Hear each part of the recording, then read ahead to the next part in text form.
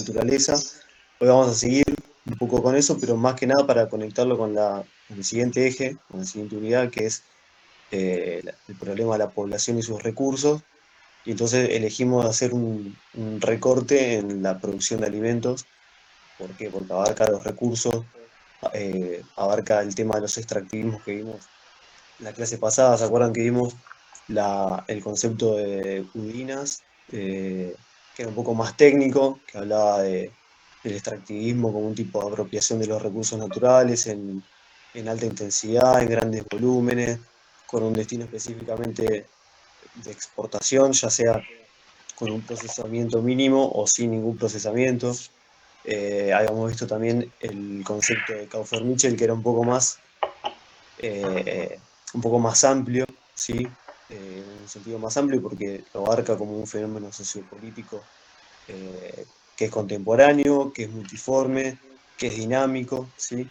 Entonces, en esta unidad también vamos a tener presente esos dos conceptos porque vamos a ir variando, dependiendo del tema que tratemos, vamos a ir dándonos cuenta, si leímos más o menos la bibliografía o estamos atentos, nos vamos a dar cuenta que en algunos temas es mucho más técnico el asunto y en otros es mucho más dinámico y con una perspectiva más social, digamos, ¿sí?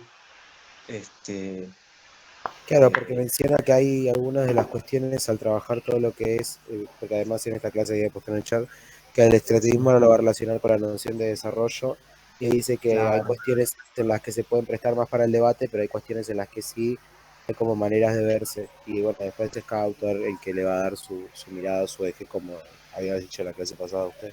Ustedes, perdón. exactamente. Bueno, vos ahí hablaste de debates, hablaste de discusiones, desarrollo, lo que hace Eduardo Buinas, que también vamos a tratar un texto de él en esta ficha, es revisitar las discusiones y los debates sobre desarrollo, ¿sí? Sobre tipos de desarrollo, sobre formas de desarrollo, sobre concepciones del desarrollo, pero más que nada él se mete en las discusiones y en los debates que derivan de los extractivismos, de la forma que él lo plantea, ¿sí? En gran volumen, en alta intensidad, con destino exportador. eh, y lo que hace él es destacar los elementos que surgen en la discusión y que tiñen la discusión, ¿sí? Que la llevan para otro lado. Que eso es las discusiones entre los actores, ¿sí? Que por eso se da un fenómeno de alianzas también, como lo planteaba Kaufer-Mitchell, ¿sí? No sé si alguno pudo leer el texto. ¿Se acuerdan que después ella trataba una definición mucho más amplia para meterse con el tema del agua? Bueno, en cambio Gudinas es más técnico y lo que tiene en este texto y lo que tiene Gudinas que me gusta a mí, por eso se los di, es que va al hueso. Él, si Es bien tiene una... cuando, Sí, perdón, es cuando hablaba de todo esto de los derrames claro, y la bueno, él, cuestión de la flexibilización y esas cosas. exactamente, esos son los elementos que surgen en las discusiones, los derrames, ¿sí? En realidad son efectos o consecuencias de los extractivismos, de los modelos de desarrollo. Él los separa en dos, de los efectos locales, que él no los aborda en este texto, pero sí los derrames, los efectos derrame en sí mismos. ¿Sí? Él plantea derrames ambientales, sociales y territoriales, económicos. Más o menos nosotros estuvimos viendo todo eso desde, no solamente en la clase pasada, en esta ficha que leí yo, sino desde principio de año que vemos todo este tipo de derrames cuando hablamos de globalización, cuando hablamos de los modelos productivos, cuando hablamos de las mutaciones del capitalismo, siempre estamos teniendo presente esas cosas. También habla de derrames sobre la justicia y los derechos. ¿Se acuerdan que también les planteé y les di en la ficha pasada un texto sobre los derechos de la naturaleza y de los pueblos indígenas, sobre los derrames sobre la democracia, que no es que los tipos de desarrollo, los extractivismos se den fuera de un marco democrático, sino que no es, él dice que no es real ese modo democrático. ¿Por qué? Porque no hay una participación general del pueblo en las decisiones, ¿sí? Y esto pasa tanto en estados con gobiernos conservadores, en estados con gobiernos más progresistas, y sea el gobierno que sea y tenga la ideología que tenga, se van a basar para hablar de desarrollo todos en lo mismo, desde un principio de crecimiento económico. Entonces él también va a hacer una diferenciación, que yo no les puse el texto, pero debería mandárselos también, que es un texto que no sé si se acuerda Ingrid, que es mi única compañera que tengo acá, que vimos en tercero, de Gudinas, que, bueno, separaba lo que es crecimiento económico de desarrollo. ¿Sí? No necesariamente hay desarrollo si hay crecimiento económico, y eso es lo que va a plantear Gudinas también en este texto. Sí, sí, me acuerdo. Pero para que haya desarrollo sí tiene que haber una economía que lo impulse, una economía que crezca. ¿Sí? Y acá vamos a ver también que Gudinas plantea que ese crecimiento económico queda concentrado en pocas manos. Entonces, no se cumplen los preceptos o los parámetros que plantean los diferentes actores porque plantean escenarios que no existen. ¿Sí? Plantean escenarios de crecimiento económico, de abundancia, de alimentos y sin embargo sigue habiendo hambre, sigue habiendo exclusión, sigue generando todo eso. ¿Sí? Después, yo en las fichas también, bueno, les puse que la idea de desarrollo es muy compleja por todo esto que estamos hablando. Claro, la redistribución, como dijo bien Luciano ahí. El tema de la redistribución es algo en lo que se han apoyado muchos gobiernos progresistas en la región, en América Latina, pero que es algo que no se ha visto que tenga un gran impacto, ¿sí? Se usa la bonanza de la soja, por ejemplo, en América Latina, en Argentina también en particular, se ha utilizado para sostener programas sociales, pero no hay un desarrollo que esté plasmado y que nosotros podamos verlo, podamos sentirlo. Sí hubo un crecimiento económico, sí ese crecimiento económico se distribuyó, pero no hubo una distribución de la que hablan los actores, de crecimiento y abundancia para todo el mundo, o por lo menos para un país. Sigue generando exclusión, sigue profundizando la desigualdad, ¿sí? Cuando se habla de reprimarización, que ese concepto lo había mencionado en la clase pasada, se habla de la vuelta al sector primario, entonces hay una inversión fuerte en el sector primario, pero eso implica descuidar todo lo otro, toda la otra parte del sistema. ¿Por qué? Porque los recursos se transforman en commodities y se transforman en commodities, se transforman en mercancías. Entonces, buenas tardes, Débora. Entonces, si se transforman en mercancías y los recursos naturales son solamente mercantilizables, se transforman en commodities, ¿sí? Eh, en simples mercancías, digamos. Entonces hay una fragmentación, que es lo que hablaba Taufer Mitchell en el texto de la otra clase, y lo que habla ahora Winas. Esta fragmentación hace que se causen todos estos derrames, ¿sí? Porque también en pos de seguir extrayendo o en pos de seguir, en este caso que estábamos hablando con los monocultivos, como por ejemplo la soja, que ya lo mencionamos un par de veces, lo que se hace, perdón, se trata de justificar todo el tiempo, eh, se tratan de justificar todo el tiempo las acciones y se interviene también en la justicia, porque por ejemplo uno de los derrames también es la intervención en el tema de justicia, de cambiar la legislación, en las leyes ambientales, que son cada vez más laxas en la región, ¿sí? O si hay leyes no se respetan. Claro, tolerar los impactos a cambio te daré bien, ahí está. Esa es una parte textual ahí de lo que dice. Entonces se busca conformar mediante el dinero el crecimiento económico, ¿sí? De hecho, a los agricultores lo conforman con eso, con el crecimiento económico. Dejan de tener algunas tareas que tuvieron siempre y pasan a trabajar en un galpón testeando la semilla, ¿sí? En vez de sembrar, cosechar, pasan a otras tareas, ¿sí? En esta reprimarización que nosotros dijimos antes, hay mucha inversión tecnológica en, en el sector primario, justamente en la agricultura, que es donde nosotros vamos a hacer el recorte para meternos después en la soja, en las plantaciones de soja. ¿Y por qué? Porque la soja nos lleva, el caso de la soja en particular, nos lleva a todas estas discusiones y a todos estos derrames que señala Udina y todos los problemas que hay de redistribución de los ingresos. ¿Por qué? Porque en esta, y vamos al último derrame, que es el del que más quería hablar, no el último, pero es uno de los que más quería hablar yo, que es el de la inserción internacional. ¿Por qué?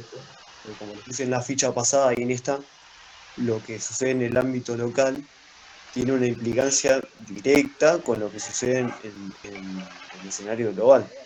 ¿Sí? Nosotros habíamos puesto el ejemplo de la formación de precios, yo les había puesto el gráfico del cobre, ahora les puse un gráfico en la ficha acerca de la soja, del precio mundial de la soja, y cómo la oferta y la demanda se encuentran y se desencuentran, y eso tiene mucho impacto en lo estrictamente local, a escala también nacional, ¿sí? Porque si la soja sube el precio y rinde, todo el mundo va a querer cultivar soja.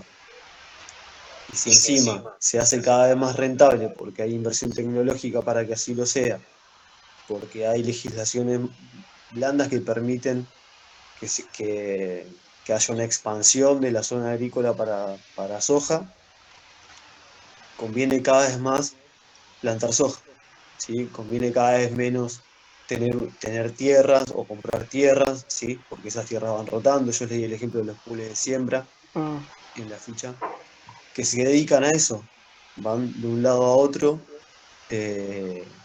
Son campos que se Producen. alquilan habitualmente. ¿Cómo? Son campos que se alquilan habitualmente. Claro, ellos tercerizan absolutamente todo. O sea, van a un lugar, producen y se van. Y ese suelo ya quedó dañado, ¿sí? Bueno, eso es parte del derrame, lo que se llama los derrames ambientales que dice Udin, ¿sí? ¿Dónde me había quedado? Lo peor es Se escucha muy poco. Se oh, acopló. perdón, se escuchó, no sé qué pasó. No, pensando esto de que se cultiva ¿se escucha bien? Sí, se Sí, escucha. Se te acopla con el otro celu o con el otro dispositivo.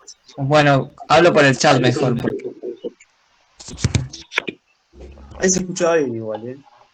Sí, ahí sí, Facu.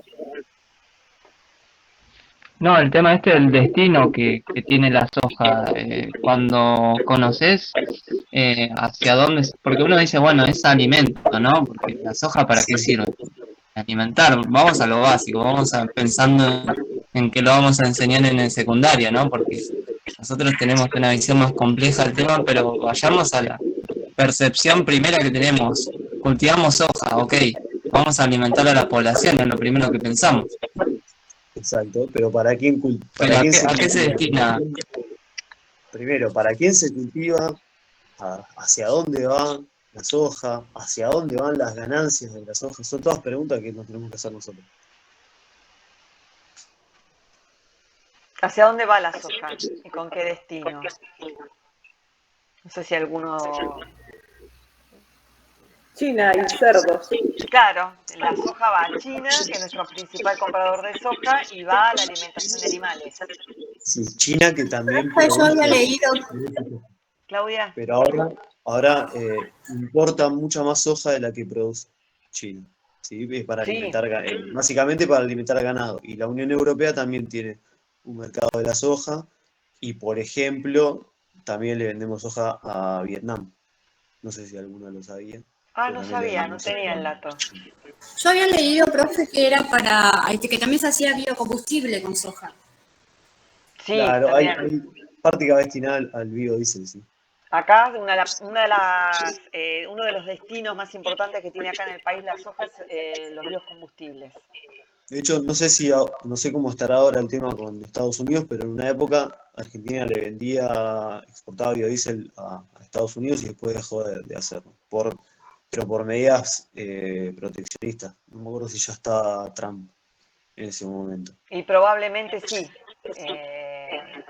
porque ha puesto medidas proteccionistas Trump, y de hecho Estados Unidos suele poner medidas proteccionistas, sobre todo al importar productos que ellos también producen, porque Estados Unidos también es Exacto. productor de soja. Sí, hay mucho libre cambio, pero No, también, pero ellos también no. hay competencia. También hay competencia. Sí, Como el dice la que prensa el que argentina, abrió el mercado en Estados Unidos fue Obama y fue muy criticado por eso. claro, bueno, Argentina, Estados Unidos y Brasil en muchísimos productos compiten porque los Mm, producen los tres. ujú. Por ejemplo, la soja son los tres países que más producen y más exportan, y hasta también de derivados. Por ejemplo, Argentina exporta mucho más aceite de soja que de Brasil y que Estados Unidos, Mm. mucha más harina de soja eh, y menos porotos de soja. O sea que Somos el hay como primer una somos el primer exportador de aceite del mundo. aceite de soja, sí, hay como un procesamiento que ahí es como un nicho que quedó de mano de obra, digamos, porque sabemos que la soja requiere cada vez menos mano de obra, ¿sí? Entonces, al Profe, producir, disculpe, las semillas transgénicas, bueno, la vende Estados Unidos, ¿no? Estas que son más resistentes hacia las plagas, los las, herbicidas. no es que las vende Estados Unidos, sino que hay creo que son 5 grandes corporaciones que son las dueñas de las patentes de las semillas, eh, y la mayoría de las semillas de hoy de soja, más del 95% son transgénicas. ¿Por qué? Porque aguantan a los herbicidas, para eso fueron creadas, para aguantar a los herbicidas. Creo que hay otra que se llama Costco, puede ser. Puede ser, sí. Bueno, Sí, esa es China. Monsanto. Claro, Costco es China, ¿no? Sí, sí, sí. Bueno, tenemos de todo ahí en la geopolítica variada con el tema de las semillas. Bueno, la semilla esta, la RR, o que se comercializa como Roundup, Roundup. esa fue creada para aguantar el glifosato, ¿sí? Claro, Para el aguantar RR significa resistente al Roundup. exactamente, eso significa RR. Entonces, bueno, hay toda una ingeniería ahí y otro mercado de las semillas, de las patentes, bueno, en fin, de la comercialización. Después, volviendo a lo que les decía de la inserción internacional como derrame, eso tiene impacto porque ¿quiénes son los que fijan los precios? Esas cosas son del mercado, son fluctuaciones del mercado, y no es que hay algo mágico atrás del mercado, sino que hay personas, hay inversiones, hay grandes corporaciones, hay alianzas con estados, hay conflictos con estados, que es de la perspectiva de extractivismo que daba Kaufer Mitchell. Me parece que empezó a acoplar un poco ahí, ¿no? ¿O no? Se escucha bien, ¿no? Sí, Sí, se sí, escucha se bien, escucha profe. bien.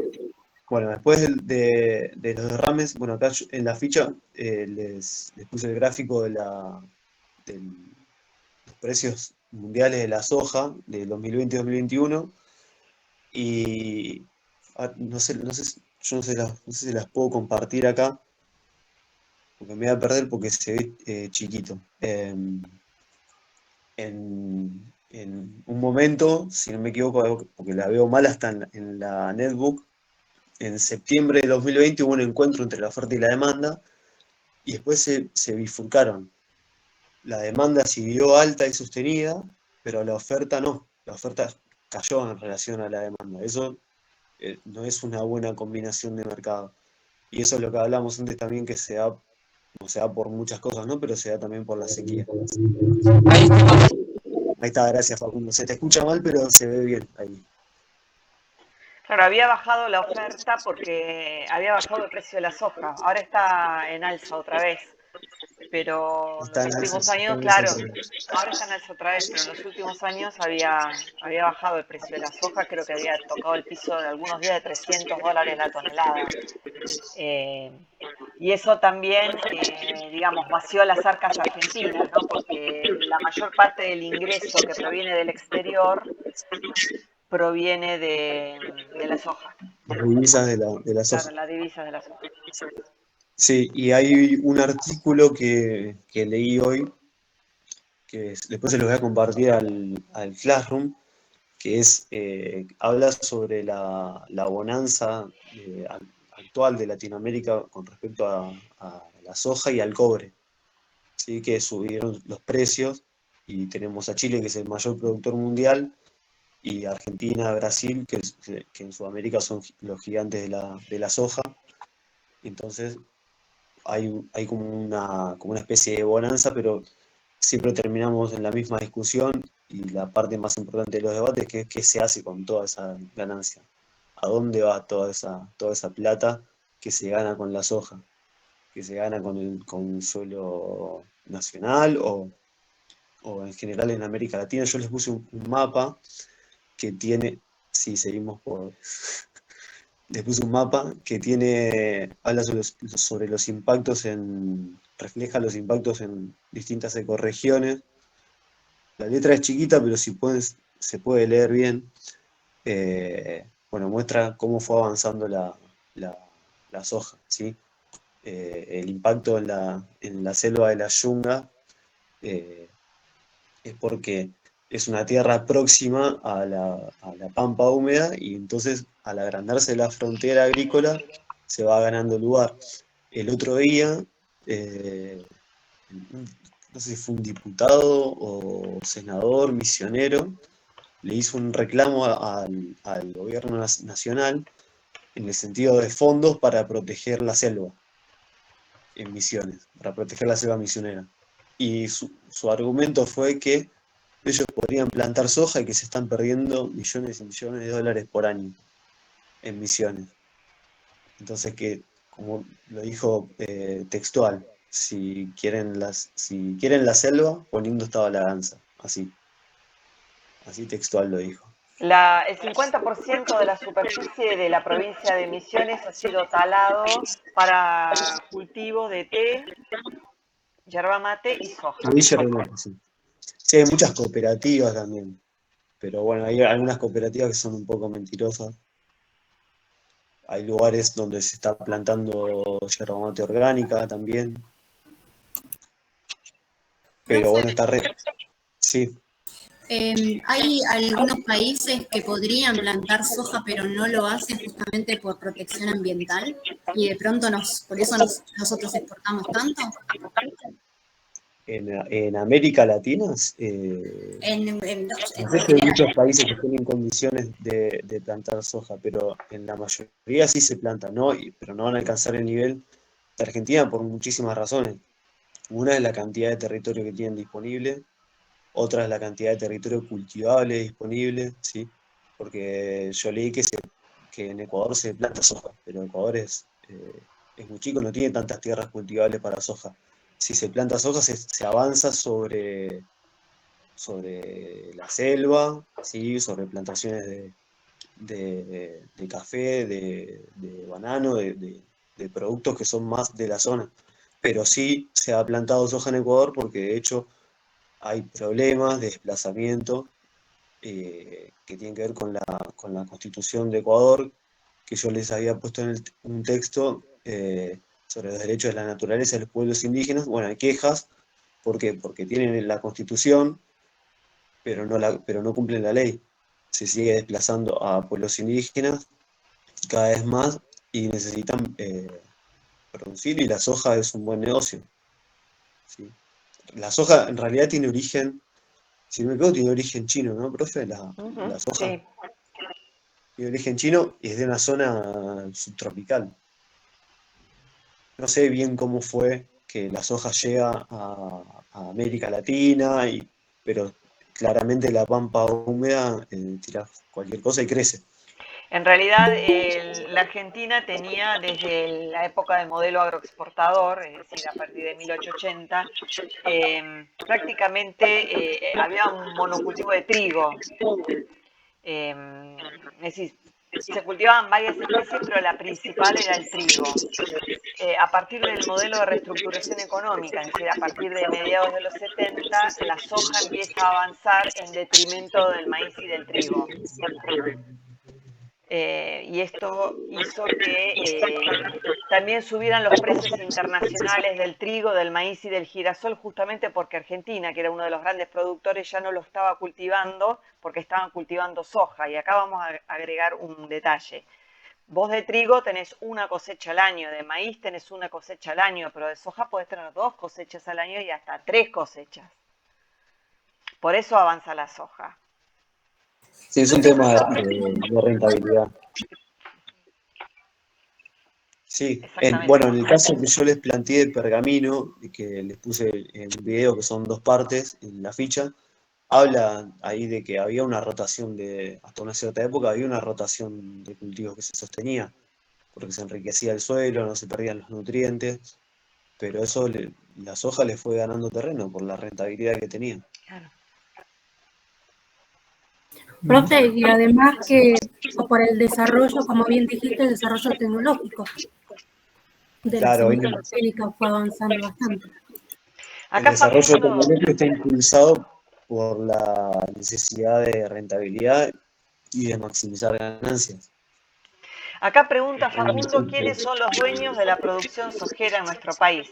Tenemos pequeños productores que generalmente vuelcan al mercado interno, y después están los medianos productores que habitualmente venden a las aceiteras, y después están los grandes productores. Los grandes pools de siembra tienen 20.000 hectáreas, 25.000 hectáreas, 30.000 hectáreas. Eso se encuadraría más en la noción de extractivismo. Exactamente, esos son claro, son los pools de siembra, son los que exportan, y como es una inversión, como decía Paulo, hay una tercerización, es decir, es un señor que pone plata para que otro vaya y plante soja. Entonces entra dentro de lo que es el circuito financiero, no queda claro quién es el dueño de la soja. Inclusive se supone que una parte de esos fondos van al lavado. Bueno, una conexión que podemos hacer con el eje anterior es esa, que a mediados de los 70, que fue también una coincidencia cuando se empiezan a dejar de rotar los cultivos, empieza a crecer y a fomentarse el capitalismo financiero, especulativo, y eso genera un negocio. Entonces, todo el dinero, ese excedente, no se invierte en producción, sino que entra otra vez en el circuito financiero y así. Entonces, lo que hacen los pools de siembra es aprovechar eso. Es una especie de timba porque producen algo, pero sí vuelve al circuito financiero. Profe, ¿tiene que ver también con las leyes del país? Por ejemplo, con el uso de los agroquímicos. No está muy regulado en nuestro país. Entonces, como que también hay un abuso de parte. Sí, hay algunas ciudades que lo para hacer rendir, obviamente, la siembra, ¿no? Claro, exactamente. Bueno, hay legislaciones en cuanto a las dosis de distintos venenos, de distintos herbicidas, plaguicidas, pero tengo entendido que acá en Argentina actualmente hay, creo que 11 ciudades en las que está prohibido usar, por ejemplo, el glifosato. Si no me equivoco, había una que era Gualeguaychú, Rosario. En uno de los videos de la ficha estaba eso, y aparecen los nombres chiquititos. Pero después en todos los otros lugares no, sigue estando permitido. Yo no sé cuántos serán los niveles que se podrán rociar, pero bueno, ahí entra ya la protesta ciudadana, las reglas o las leyes para no rociar cerca de zonas urbanizadas, porque eso trae problemas a la salud humana. Pero sí. Sí, depende de la provincia. Depende de la provincia, tienen como, ¿cómo se dice? Como una medida, como una distancia. Algunos son 500 metros, 1000, o sea, es diferente en cada provincia. Bueno, lo que tiene en general este fenómeno de la soja y lo que hablaba Ubinas, es que al estar concentrado en tan pocas manos, concentra muchísimo poder, y al concentrar muchísimo poder, tiene mucho más margen para negociar, tiene mucho más capital para, no sé, para adornar o a los distintos estados, por decirlo de alguna manera, y a los estados provinciales inclusive, o para extorsionar. En realidad, además de concentrar capital, concentra muchísimo poder. Además, por otro lado, es un factor de recaudación muy importante para el Estado, entonces el Estado tampoco el quiere Estado perder recaudación. y un poco tiene que aceptar algunas condiciones. Profe, una consulta. ¿Y será que eso va a desplazar al maíz y al girasol, el tema de la soja? Esperemos que nunca termine por completo, pero bueno, tampoco el girasol y el trigo escapan a los transgénicos, eso lo vamos a ver más en un ratito, pero sí, le está ganando cada vez más terreno, esperemos que se siga produciendo, capaz que en el 2120 nosotros no existimos más y tampoco existe más el trigo y el maíz en este suelo y se tiene que importar. Qué locura, ¿no? Como importamos ahora, porque ahora, como dije, con la reprimarización son cada vez más importantes los commodities, entonces todo lo que se exporta con mínimos procesamientos y lo que hace que necesitemos importar productos manufacturados, ¿sí? Muchísimas veces pasa... El famoso granero del mundo, que muchos lo anhelan y obviamente pasa esto, básicamente. ¿Y ahora seguimos siendo el granero del mundo? No, por supuesto que no, pero es una forma de un eufemismo, ¿no? Que se vuelve a revivir y que algún gobierno lo volvió a resurgir. De eso hablo. Puede ser. Yo creo que seguimos siendo el granero del mundo, pero no... Como que obviamente los tiempos cambiaron y ya no es más como antes, es como un neogranero del mundo, digamos. Pero bueno, habría que estudiar bien el concepto para decirlo. Bueno, recién les estaba hablando del caso de Pergamino, de cómo se dejaron derrotar los cultivos y cómo fue ganando terreno la soja. Esto también tiene que ver con las condiciones del ambiente, ¿sí? Pergamino queda en la provincia de Buenos Aires, que es parte de la Pampa Húmeda, que es una de las zonas más fértiles del país. ¿Sí? Después les puse un video en la ficha que habla de qué es la soja transgénica, que es el que estábamos hablando recién, que les comenté que tenía las ciudades que estaban, donde estaba prohibido el uso del glifosato, sí, pero no está prohibido el cultivo de la soja. No sé qué veneno se usará o qué herbicidas se usarán, porque hay plantaciones de soja en esas zonas donde no se puede usar glifosato. Entonces ahí puede ser que tengan una menor rentabilidad los que se dedican a producir la soja. Bueno, después los daños, lo que son daños colaterales, que es otra parte de la ficha, ahí ya no es lo mismo que los derrames, sino que se mete más en temas específicos, como bueno, la salud humana, la contaminación del suelo, la pérdida de nutrientes del suelo, los cursos de agua. Y no sé, ¿alguno llegó a ver las fotos que publicó la NASA en el artículo que les puse en la ficha? Sí, que hace profesor la comparación de, no me acuerdo si era 2005 al 2017, cómo quedó después de las plantaciones de soja. Claro, bueno, las imágenes satelitales son impresionantes porque son herramientas, vos podés ver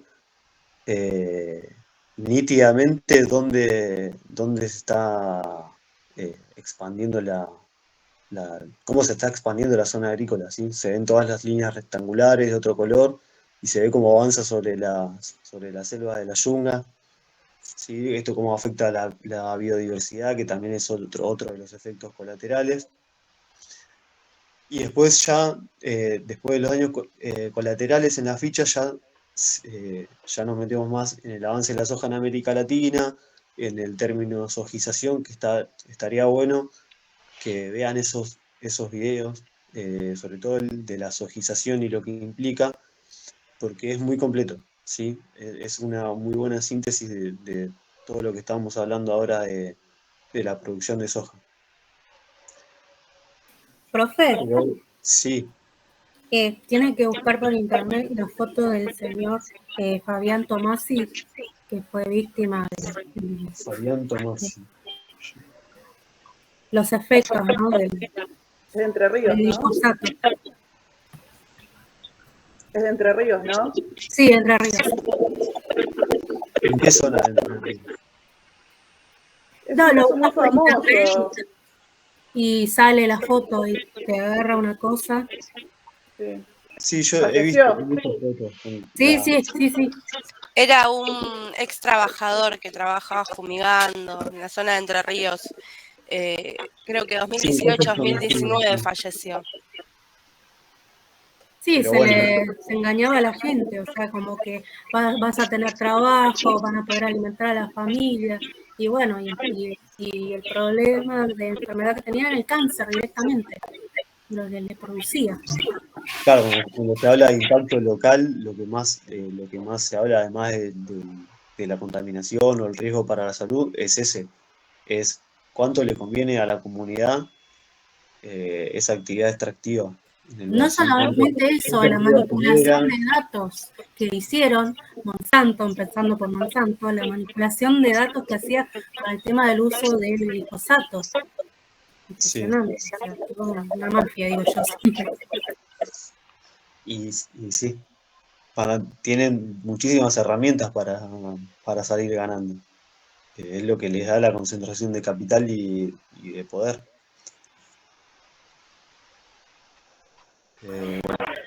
Ahí en Pergamino lo que se dio también es el tema de las escuelas rurales, están muy expuestas a los agroquímicos, ¿no? Plaguicidas, herbicidas, y hay muchos problemas de salud que están encubiertos, pero que son reales, hay análisis, hay estadísticas sobre el impacto en la salud de las personas, y en estudiantes de las escuelas técnicas rurales que están en contacto, incluso tienen que usar unos trajes especiales Sí, y no se les dan las medidas de protección a esas personas.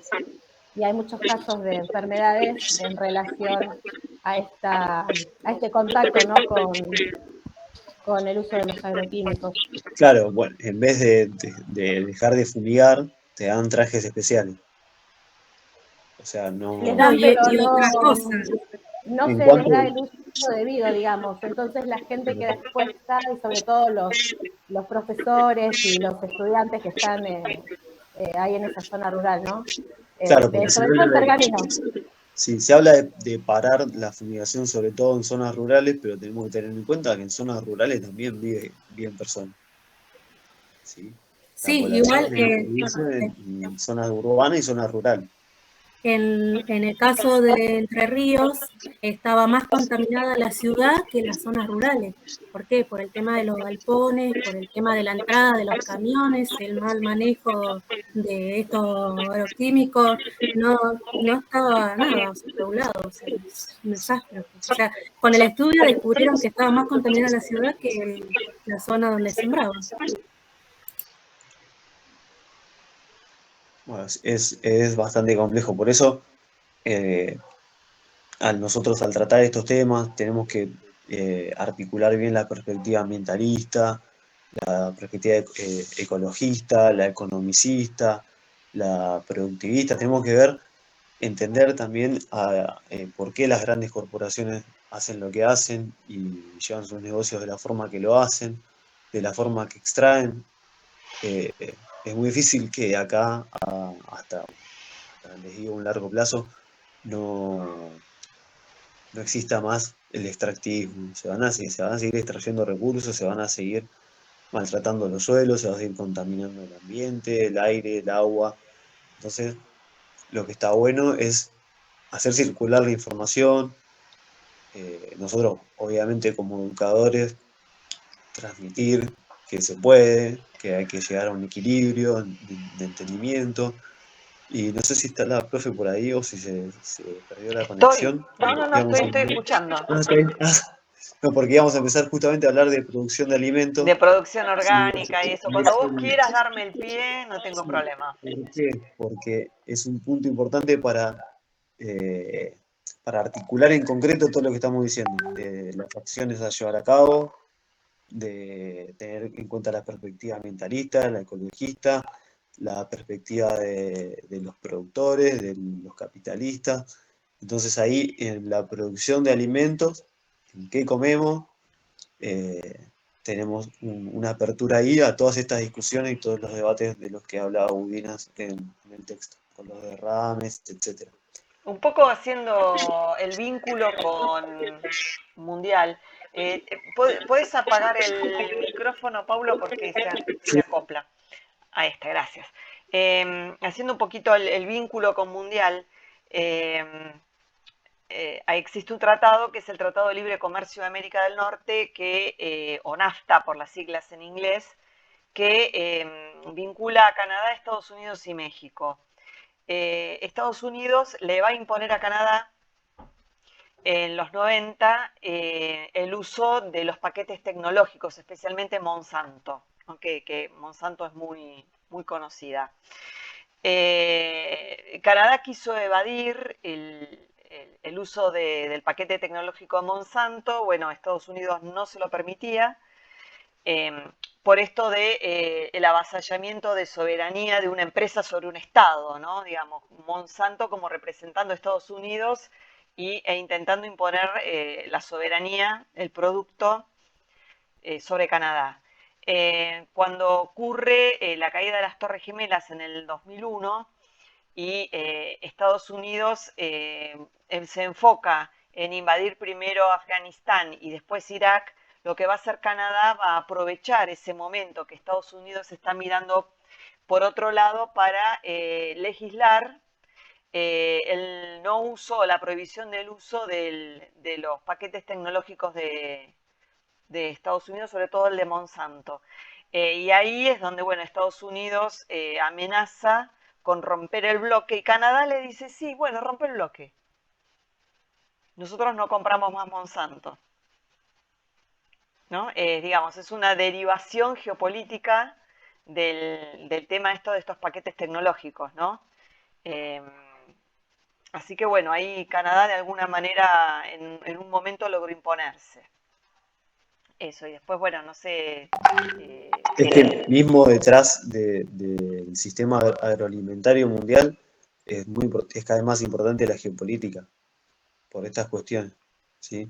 Quien concentra la producción de alimentos. Estados Unidos en la época de la Guerra Fría como que acaparó muchísimo de ese territorio, de ese espacio de producción de alimentos, no solamente en ese sentido, sino también en la difusión de las pautas de consumo.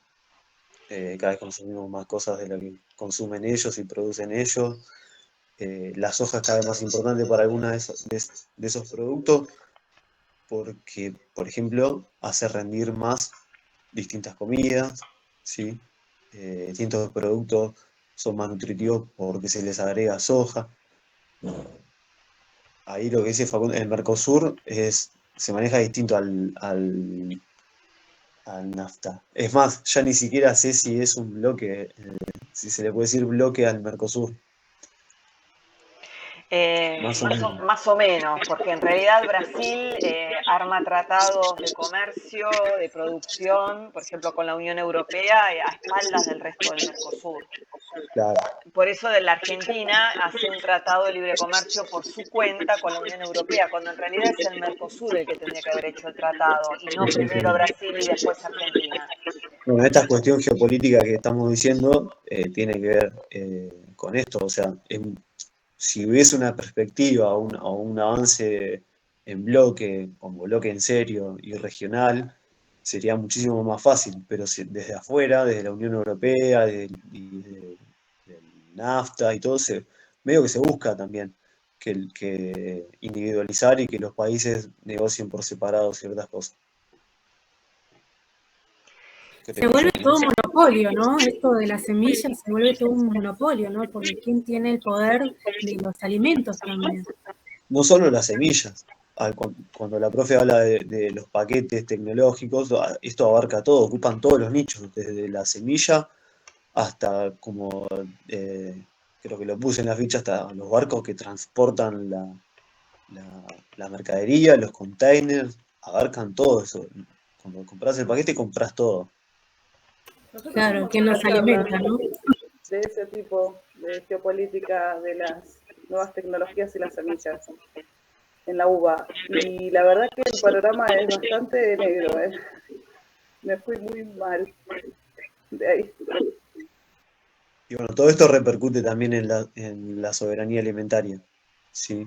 En la ficha se la mostré desde dos perspectivas, desde lo que es la perspectiva del Estado, que debe garantizar a la población el alimento diario con los nutrientes, el acceso, etcétera, y la perspectiva en un video de Esther Vivas, que también es una autora que vimos nosotros en tercero, que habla ya de soberanía alimentaria, pero más desde lo personal, ¿sí? Desde el acceso a la información, desde la acción primero individual y después colectiva, de replantearse uno lo que consume, ¿sí?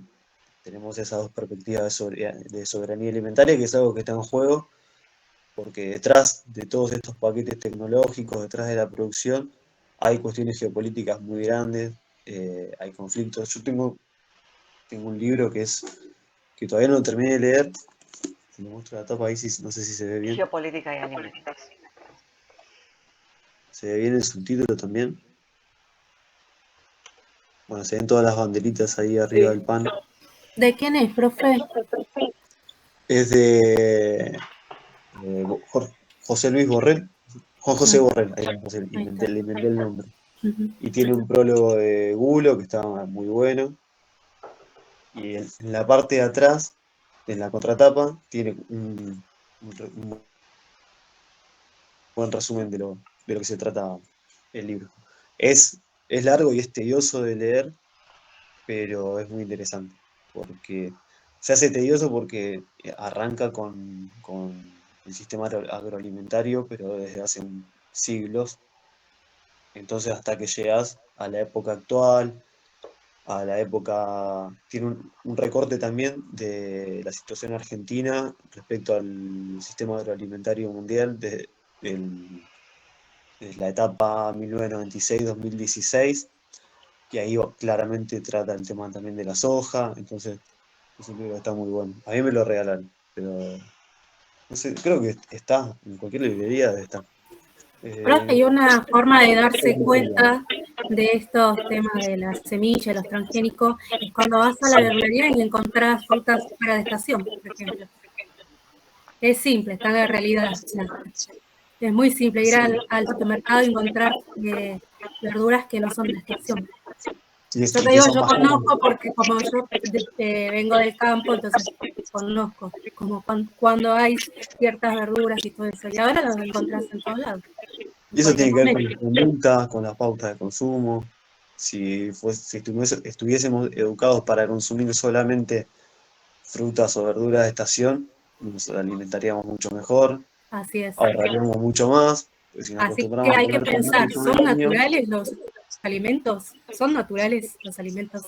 Y no sé, les voy a mostrar, les voy a dar un ejemplo. Hace un mes, más o menos, había una manzana en el escritorio en mi trabajo, en el escritorio de uno de mis jefes, había una manzana. Yo trabajo en una carpintería, ahí es de todo, o sea, dejás algo y enseguida se pudre. Esa manzana estuvo 2 meses, o sea, hasta hace un mes, estuvo 2 meses ahí, impecable. Era radiactiva. Impecable estaba la manzana. Entonces nosotros todos los días mirábamos la manzana, a ver. Nadie la comió, la terminamos tirando. Es como la hamburguesa de McDonald's, que hicieron el experimento y estuvo, no sé, creo que 1 año, 2 años, intacta. Claro, bueno, ahí... Qué bueno darles actividad a los chicos, ¿eh? Claro, bueno, traigan una fruta, vamos a ver cuánto aguanta. Bueno, ahí está el tema de lo que es pensar la soberanía alimentaria, la seguridad Bueno, alimentaria. otro Es lo ejemplo que- es el tomate también. El tomate que claro, tiene todos la misma forma, el color es brilloso y no tiene sabor. y que O están sea, todo el probás un año. tomate de quinta y uno que compras en cualquier verdulería o supermercado y nada que ver. ¿Saben dónde nacen los transgénicos? Exacto, verde por dentro. Qué buena pregunta.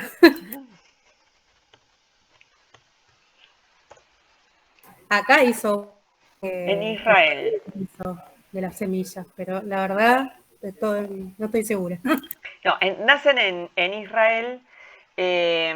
Los transgénicos comenzaron a utilizarse en zonas marginales, es decir, donde o hacía mucho frío, como en Canadá, cuando nosotros, por ejemplo, producíamos trigo en los 70 y en los 80, trigo extensivo con poca tecnología, Canadá tenía que producir trigo transgénico, se llaman trigos de ciclo corto, de 90 días, por el clima, porque tenían, digamos, una ventana de tiempo muy escasa para poder cultivar trigo.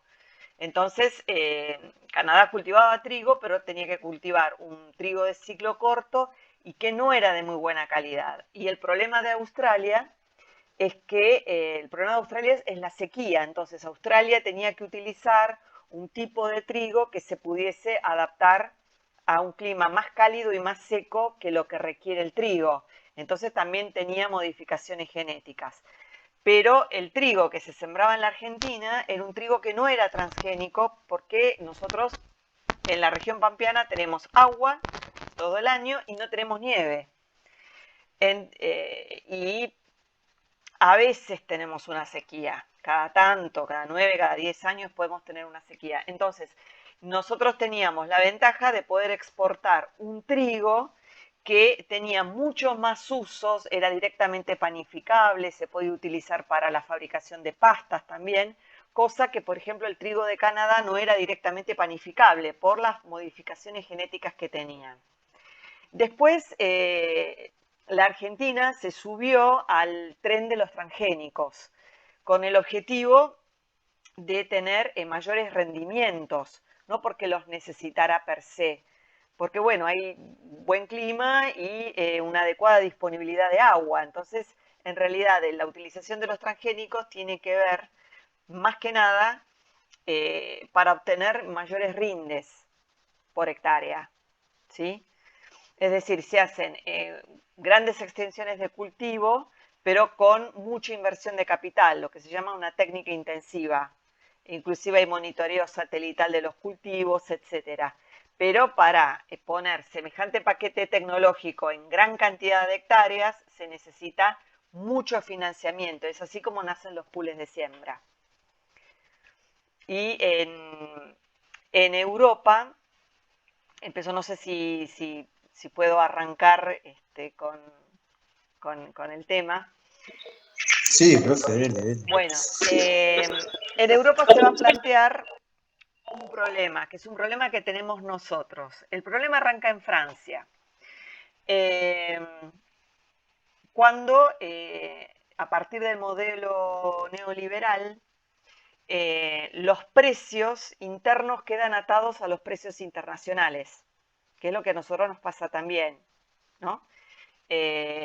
Aumenta la soja en Chicago y aumentan los aceites en el supermercado chino. Entonces decimos, ¿pero qué tiene que ver la soja en el puerto de Chicago con el aceite que vende el chino? Pero bueno, quedaron los precios internos atados a los precios internacionales. Lo mismo ocurría en Francia. Entonces, en los 80, el gobierno francés quiso implementar una política de precios, sobre todo de productos agrícolas, que Francia es productor importante también, sobre todo para toda Europa.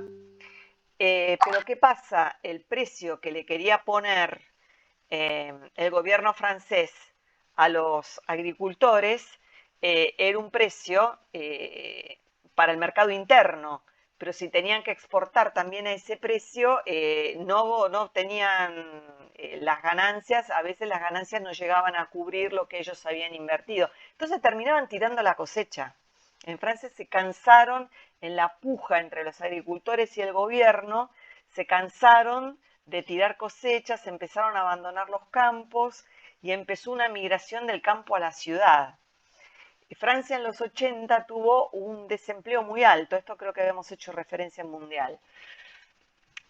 Tuvo unos niveles de desempleo muy altos y se le empezaba a sumar una migración campo-ciudad y se empezaron a sumar un montón de problemas sociales, que Francia suele tener, todavía tiene problemas sociales, entonces se le estaba sumando una legión de desocupados a las grandes ciudades, París, Marsella, Lyon, y bueno, sobre todo París y Marsella, y había unos problemas sociales importantes.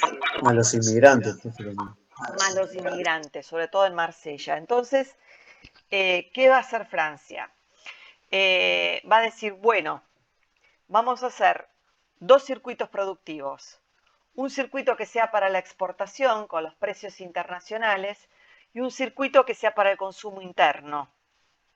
Pero ese circuito para el consumo interno y para que los precios sean más bajos dentro del consumo interno, lo que tuvo que hacer el Estado fue darle una subvención a los pequeños agricultores. En el caso de Francia, esa subvención fue en términos de reducción impositiva, con el objetivo de que las personas que habían migrado a la ciudad volviesen a los campos, cultivaran alimento, porque si se dejaba de cultivar alimento, el precio iba a subir más todavía dentro del mercado interno. Entonces lo que hace Francia es estimular la producción local, bajar impuestos, sobre todo a quienes generen empleo local con la producción local, y para dar un estímulo más allá del económico, que esa producción además fuese orgánica, es decir, sin pesticidas, sin plaguicidas, con productos que no estuviesen modificados genéticamente, y les prometió además una certificación de calidad, ¿no? Esto se utilizó mucho para los vinos y para los quesos. Entonces, esta producción orgánica y esta producción de vinos con certificación de origen, quesos y vinos, hizo que los alimentos tuviesen una alta calidad, no fuesen tan costosos para la población a la hora del consumo, porque además hay pocos intermediarios o directamente ningún intermediario. Es decir, la producción va del productor al consumo directo, entonces al eliminarse la cadena de supermercados intermedia, también bajaron, eso contribuyó a que bajaran los precios. Este ejemplo, digamos, cuando arrancó Francia, Francia producía la mitad de la producción orgánica de la Unión Europea. Ahora la aventajó Italia, porque Italia empezó a tener el mismo problema, que los pueblos rurales se empezaron a despoblar, porque la reestructuración económica también le trae desempleo a Italia.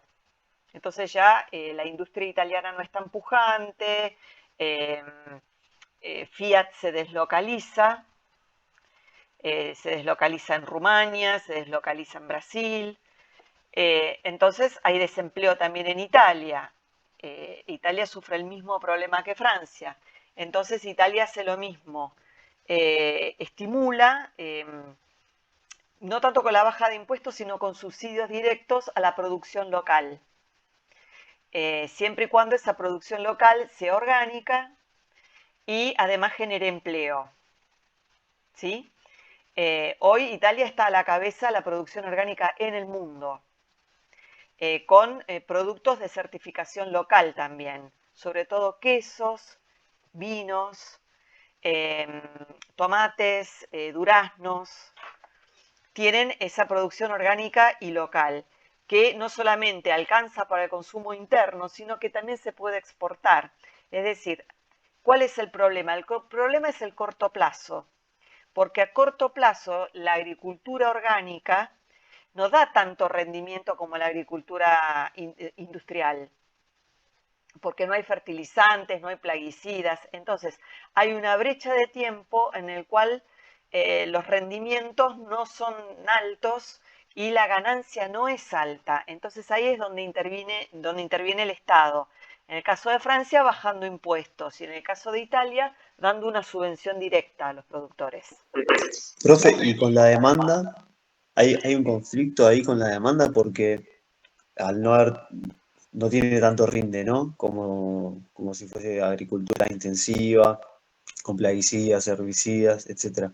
Pero al tener menos demanda que el otro mercado de esos productos que sí necesitan todo eso, eh, ese tiempo no ayuda a que se siga consumiendo igual, porque las personas que eligen consumir esos productos orgánicos, como que son supuestamente personas más informadas, que necesitan saber lo que comen y que van a esperar.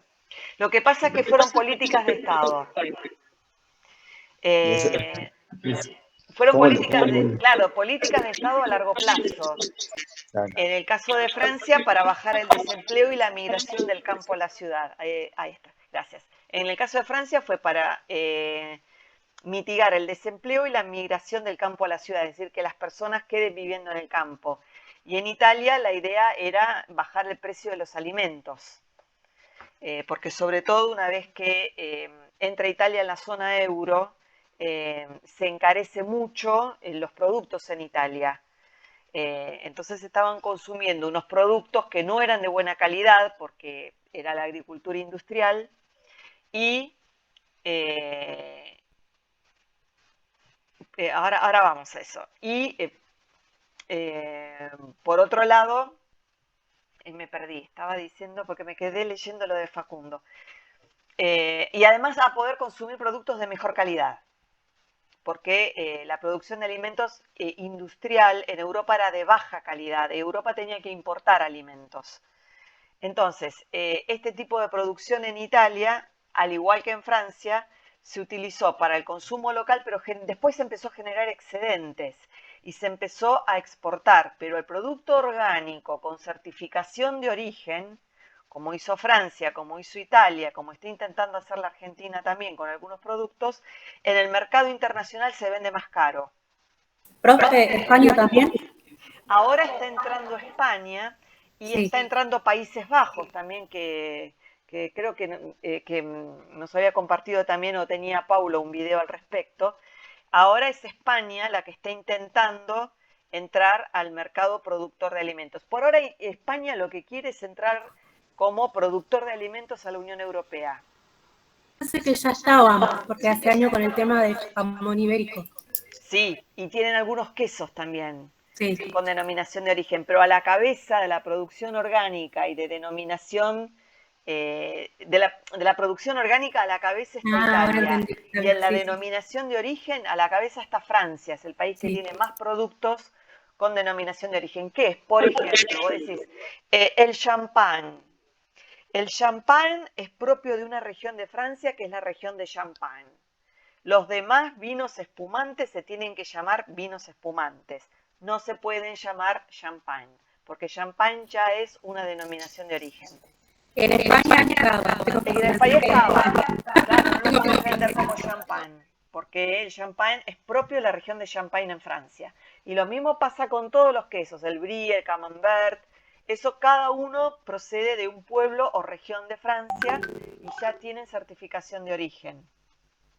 Después podemos subir, tenemos unos artículos sobre qué es la denominación de origen. Y en la Argentina, ¿cuál les parece que pueden ser los productos que tienen denominación de origen? Están muy buenos, ¿Los vinos? fíjense que ahora entran, pero puede ser una trampa. Yo entré y vi cosas ahí, me dieron hambre. Los vinos no, creo que son. El Malbec tiene denominación de origen. El Malbec ya es, el Malbec de Mendoza, ya tiene denominación de origen. Es decir, ningún país del mundo puede decir que produce Malbec, porque el Malbec es argentino y de Mendoza. Es, digamos, nuestra producción más famosa. Después la yerba mate, estaba el salame de Colonia Carolla y el salame de Tandil. Hay un queso también, que ahora no recuerdo el nombre. Sí. Sí, hay un queso. ¿El queso Mar del Plata? No, no es el Mar del Plata, es otro queso. Creo que es un queso, no sé si de Córdoba o de Tucumán. Hay un queso que es bien del interior. Y, digamos, hay una propuesta que había hecho el INTA hace unos años de, como la carne, también se está, en la producción de carne también se está industrializando a través de los feedlot, que es la carne alimentada a corral. No, teníamos eso, pero lo pasé por acá, mejor que lo trato. Que es la carne alimentada a corral. Hoy la carne que compramos en los supermercados o en los chinos es feedlot, es una carne que está alimentada de vacas alimentadas a corral, engordadas con, entre otras cosas, soja, pellets de girasol, de maíz, los residuos que quedan de la producción de aceite, etc. Pero son un horror. Entonces, ¿qué hizo el INTA? El INTA propone que, por ejemplo, en la cuenca del río Salado de la provincia de Buenos Aires, las vacas se alimenten a pasto, que no necesariamente es el pasto natural, puede ser avena, puede ser, decir, pastos cultivados o forrajes cultivados, como avena, como sorgo, como maíz. Y se alimenten a campo. Sí, si ustedes compran carne en el interior de la provincia, tiene otro sabor, el asado tiene gusto asado y no a nada como tiene la carne que compramos nosotros en la ciudad. Entonces, el INTA estaba intentando que se pudiera producir la Argentina carne orgánica a fin de poder exportarla como carne orgánica y que se pueda exportar a mayor precio. Habría que ver qué pasa con esos excedentes, porque tengo entendido por te dijo que esos excedentes que tenían en Francia ayudaron a compensar la falta de rinde en los tiempos. No sé, acá, cuando existan excedentes, ¿qué se hará con eso? Sí, digamos, hoy tienen saldos exportables, tanto Francia como Italia tienen saldos exportables. ¿Y qué ventaja tienen esos productos? Al tener certificación de origen, aunque se exporten en menos volumen que la producción agrícola industrial, se exportan a mayor precio. ¿Sí? Entonces, no es, digamos, a largo plazo es sustentable, porque si bien se produce en menor volumen, el producto cuando se exporta se puede exportar más caro, pero en el mercado local es más accesible por falta de intermediarios. Y también creo que es sostenible, porque eso es un mercado que se está abriendo y que va a tener demanda. Sí, va creciendo la demanda, por eso sí.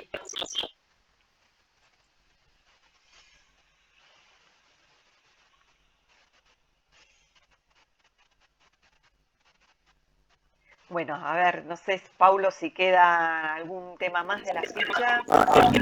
En lo último de la ficha les subí un video que tiene que ver con la alimentación y con todo lo que estuvimos hablando, pero que trata el tema de la ley del etiquetado, el tema de todo esto que se habló del lobby, de las corporaciones. Estamos de país de los entonces, de la página esta de la país de los. Y es un muy buen informe, se van a reír un poco por no llorar, y trata bien del tema de cómo se están manejando los alimentos en la actualidad. Así que si lo pueden ver, alguien lo vio ya. Ahí, Soledad, creo que yo lo vio. me encanta mi parte, me parece boludo. Y aparte, a Pedro se me encanta, no hay todo, Tiene muy buena edición, tiene muy buena. me encanta. Me lo estoy anotando porque no lo conocía. Es la ley que se trató hace poco. Sí, la ley de etiquetado sí la conozco. La ley pero de que no etiquetado conocía. Bueno, países como Francia tienen su sistema. Chile, Uruguay. Chile, Uruguay. Chile, sí, tal cual. En Francia es el ejemplo de estos productos favorables. El tema con el etiquetado, en el caso de la ley de etiquetado, tiene que ser un etiquetado que sea, sí, Chile la tiene, que sea, ¿cómo se podría decir?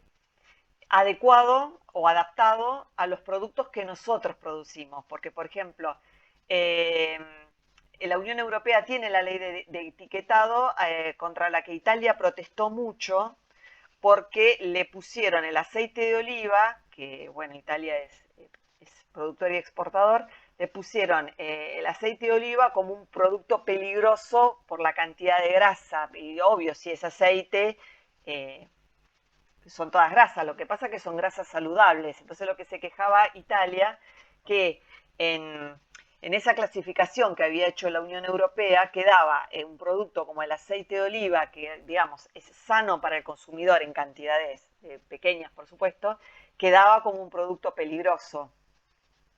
Entonces lo que es importante es que el etiquetado sea el adecuado a los productos que nosotros producimos y que consumimos, ¿no es así? Para no caer en el error de pensar que porque un paquete de papas fritas es chico sea sano, o porque el aceite de oliva esté constituido por grasas sea poco sano, ¿no? Es decir, también hay que tener un criterio a la hora de elegir qué parámetros se va a utilizar para el etiquetado. Las hamburguesas lo que decía de la cajita feliz es porque eso también va a estar etiquetado cuando hay dibujitos animados en productos muy nocivos para los niños, como por ejemplo la cajita feliz o Dale al niño. El huevo Kinder, por ejemplo, el tema de sorpresa, todo lo atractivo va a estar prohibido que pongan. No va a estar prohibido que... sí, va a estar prohibido. No, lo atractivo de tal cual, y todo eso, porque, claro, lo tienta y ahí es nocivo. Exacto. Eso tiene que ser directamente política de Estado. Sí. Es decir, tiene que haber todo un esfuerzo. Cuando decimos política de Estado, decimos política a largo plazo. Tiene que haber un esfuerzo para cambiar la alimentación, ¿no? De hecho, profe, esta ley de etiquetado todavía ha tenido consenso de las dos fuerzas políticas mayoritarias del país. Sí, pero en ese momento se pusieron en juego otras cosas. Digamos, hay una puja de poder que no tiene nada que ver con el etiquetado. Es un tema de respuesta política, porque es un tema que trae beneficios para toda la población. El saber que tiene la comida que consumimos, que se alimentan los nenes, en la infancia, cómo van a crecer, es muy importante. Porque nosotros somos los que vamos a decidir y los que van a poner en ello. Bueno, cambia mucho, porque en Uruguay por ahí se come igual todos los procesados, pero por lo menos en lo primero. Sí, pero cambios hay, si te pones a investigar, a leer, la Organización Mundial de la Salud, que lo recomienda, se notaron grandes cambios en los países donde se usó. Pero para eso, Ingrid, vos necesitas que los alimentos tengan un precio accesible. Por eso Francia e Italia hicieron esta cuestión de la producción local. Es decir, nosotros nos tenemos que resignar, lo digo entre comillas, tenemos que aceptar comer, si estamos hablando de productos frescos, tenemos que aceptar comer lo que produce nuestra región, ¿sí? Y no pretender comer tomate todo el año, porque el tomate es de verano. Y si comemos tomate en agosto, el tomate es de verano, si nosotros comemos tomate en agosto, tenemos que comer o un tomate transgénico y o un tomate que además está producido en Salta, probablemente. Con el costo del flete que tiene. Entonces comemos unos tomates carísimos que no tienen gusto a nada. La ley está bárbara, el tema es ese, la producción orgánica, hay poca producción orgánica. Sin ir más lejos, por ejemplo, en la Avellaneda está el mercado territorial que se maneja con nodos de consumo. Pero hay una gran diferencia, o sea, yo suelo comprar, pero tenés una gran diferencia. Y sucede que tenés familias que quizás con más de 2 hijos. Y sí, es lo que dice el profe, no es lo mismo comprar para 250 pesos un kilo de tomate que en una verdulería que viene a estar 100 pesos, 150. Se compara todos esos seguridad alimentaria, soberanía alimentaria, porque entras en conflicto con tu propia economía, con tu propia realidad. Entonces, no es para todos ese consumo.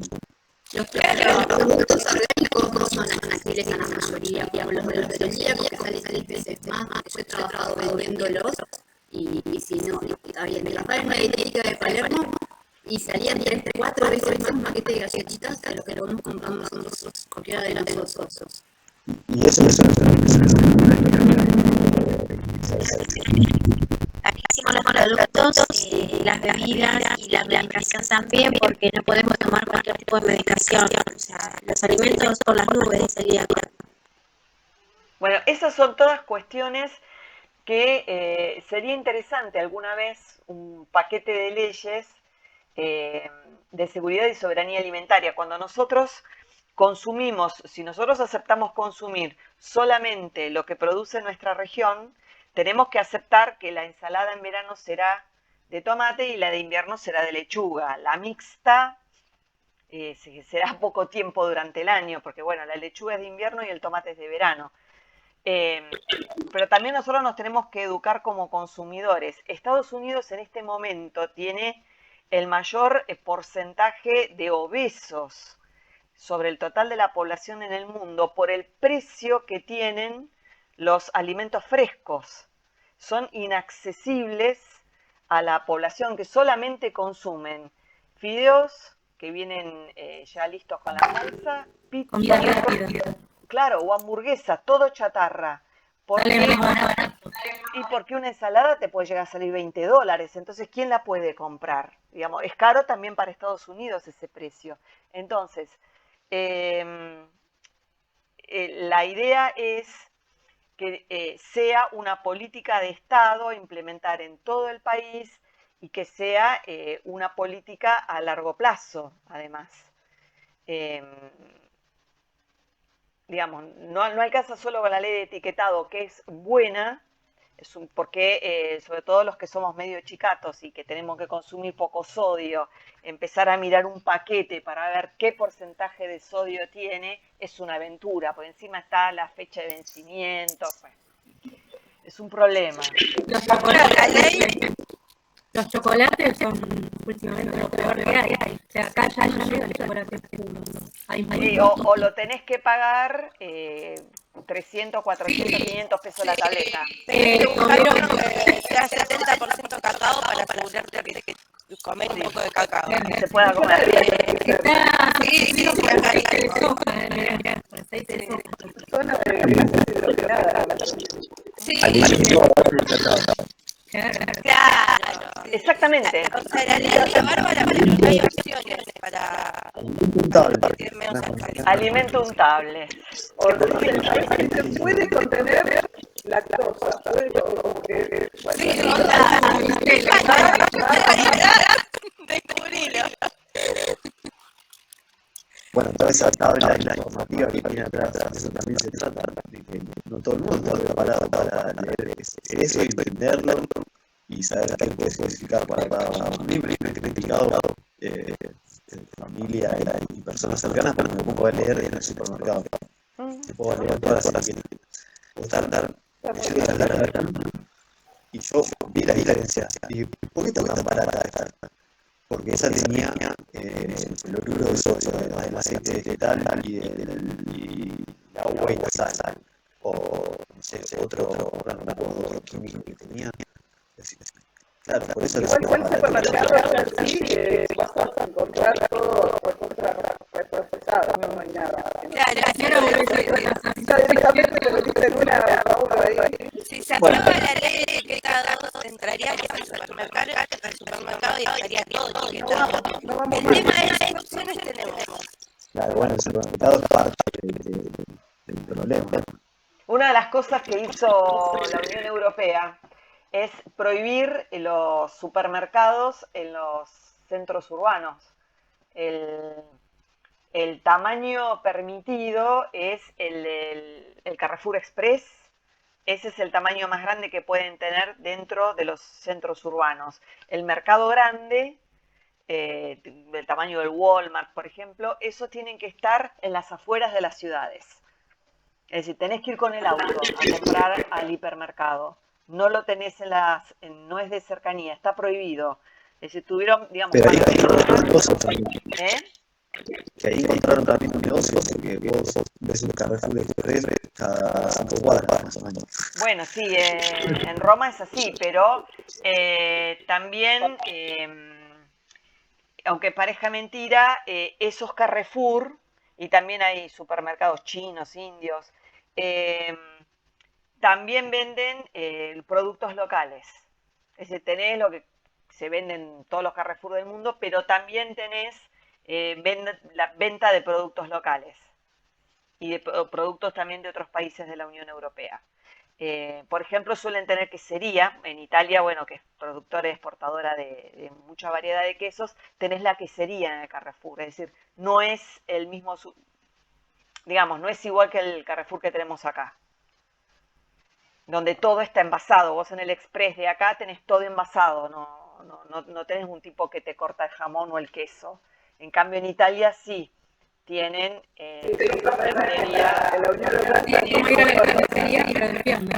claro, sí, aparte es terrible. Pero, digamos, de alguna manera, digamos, lograron imponer algunas cosas.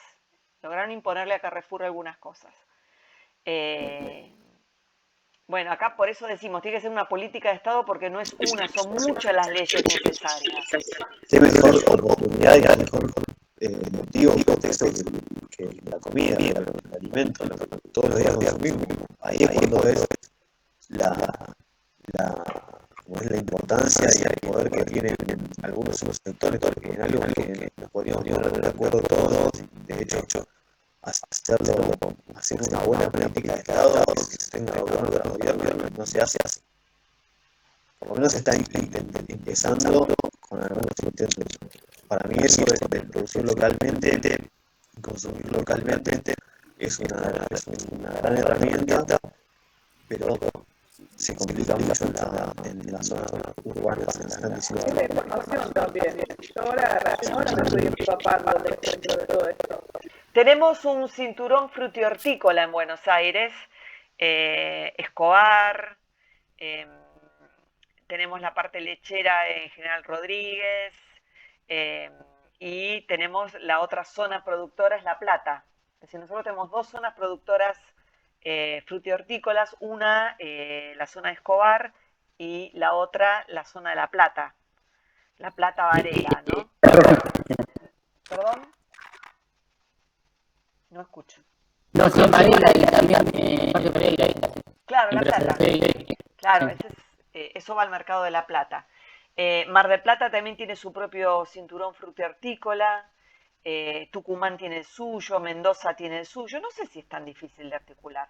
Quizás en la Patagonia, que justamente por cuestiones climáticas es, sobre todo Chubut, Santa Cruz, Tierra del Fuego, es más complicado. Pero es cuestión de proponerlo, ¿no? Sí, que circule la información. Voy en alguno. Sí, si pasás, si venís por la ruta 2, vas a ver que hay algunas verdulerías ahí, por la zona entre Echeverri, Abasto. Hay algunos también, productores. Muchas veces la gente, y me incluyo, pone por encima la comodidad, la cercanía, el inmediato, a la calidad de la alimentación. Entonces ahí ya tenemos otro conflicto que también es personal, el tiempo. Es muy difícil cuando uno trabaja tantas horas y tiene que dedicarse a tantas tareas. Es muy difícil prestar atención todo el tiempo a lo que vamos a comer. Entonces, Y termina yendo al no te súper el digo sábado. delivery, no te digo delivery, pero bueno, para mí es re complicado todos los días pensar que voy a cocinar. O sea, a mí me toca a la noche. Mi hermano cocina al mediodía y a mí siempre me toca a la noche. Y hay que tener imaginación, hay que tener cosas en la heladera, hay que pensar. Igual comemos nosotros cada vez más sano, intentamos, reciclamos plásticos. Ahora comemos más productos Ese tipo de- congelados, de- verduras congeladas. No, eso no, hay cosas que no transan. Por ejemplo, eso no, prefiero estar media hora lavando espinaca y que comprar el paquetito congelado. Y también prestar Todos prestar los atención míos, a las Paula. noticias, esto del ANMAT, que muchos productos muchas veces son prohibidos y están en los supermercados y no nos enteramos. Hubo cierto tiempo que Día sacaba los productos congelados de verduras y todo y no estaban permitidos por la ANMAT, creo que era, ¿no? Sí, es el ANMAT. Bueno, Así pasa con muchos es como productos. entras ahora y hay productos que se están vendiendo y no tienen que estar a la venta. Claro, bueno, para ir cerrando yo, porque ya se hizo tarde, también pasa, yo me enteré hace muy poco sobre la harina bromada en los panes, sobre que hay lugares que se exceden con la harina bromada y puede causar problemas a la salud. Yo ni sabía que existía la harina bromada, pero se ve que para muchas panificaciones se usa. Creo que es Sí. para que quede el pan más blando y aguante Sí, más tiempo. se usa para que quede, para que se eleve más que nada, para que no se baje. Pero bueno, después lo reemplazaron por otro veneno que no es tan nocivo. Ah, sí. Pero sí, no es tan nocivo, pero es nocivo. Otro tema son los quesos, cuando vas a comprar el queso rallado y te pones a leer y son productos derivados de... No es queso, perdón, ¿qué pasó acá? Yo me entretengo mucho en el supermercado. Sí, cada vez hay más cosas para que la comida rinda más. Ahora salió hace poco que se llama Rinde Más. Que La se manteca pones también, ¿eh? a la mezcla de hamburguesas y en vez de salirte 6 te salen 8 o algo así. Y eso es cualquier cosa, Es soja. menos comida. No Claro, comemos Todo nada, tiene ¿eh? soja. es soja. No sé si se hace porque hay mucho excedente o por qué. A ver, el Pero pati bueno, hay que tiene gestionar. un porcentaje de soja. Sí, no tratamos mucho, pero sí hay un tema importante, es el crecimiento de la población. Cada vez Y más. en la dietética también te venden una soja que es especial para hacer hamburguesas, como Claro. para reemplazar el sabor de la carne. O sea, es parecida a la textura de la carne picada. Sí, yo la compro, la tengo para ¿Sí? algunas comidas, sí. Dicen que tiene gusto, que es parecida a la hamburguesa. Sí, a mí me encanta, la verdad que me gusta. Como no como carne y mi hija Yo tampoco come carne, he nos comido usamos empanadas de esa soja texturizada que le Sí, dicen. esa es. Sí, sí, Eso. sí. He comido y sí, es rico, obviamente para mí no reemplaza al A sabor la de la carne. carne. No, yo prefiero la lenteja de última. Que... Y tampoco sé cuán sano es esa soja texturizada, de dónde viene.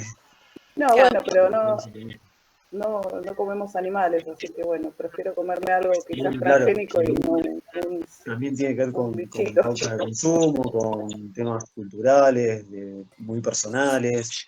El boom del veganismo también hizo que la soja se venda cada vez más, se consuma cada vez más. Hay varios conflictos ahí. Sí, pero también hay que concientizarse con el tema respecto a lo que consumimos. Bueno, Sole, si vos sos vegetariana, sabrás, o sea, la carne le da al ser humano 20 aminoácidos que son necesarios y hay que saber alimentarse después para reemplazar. Sí, bueno, pero con la tecnología tenemos también la B12 que lo tomamos aparte. Ah, sí, bueno, la carne que se estamos en las cavernas que no tenemos tecnología. Sí, pero Sole, ¿no es artificial la B12? Es una vitamina. Es una vitamina que por la tecnología. Pero no sería artificial. ¿Y si cuál es la se- diferencia? Igual más ¿Qué- allá de la B12 también podés combinar tiene los que ver lo que alimentos, por ejemplo la lenteja con el arroz integral, te da los aminoácidos que necesita la carne. También Claro, eso además, tenemos que aprender a combinar. La espinaca es lo mismo, para absorber el hierro, si vos comes la espinaca sola, no es el cuerpo no fija las vitaminas, necesitas combinarlo con un cítrico. Bueno, a mí me interesa mucho el tema, disculpen chicos, además, por eso. exacto, Sí, esa Sí, carne. yo también soy fan de la alimentación, así que me fijo todo lo que... Yo no soy fan de la Es más que alimentación, comería pero nada, bueno, como estudio geografía y veo que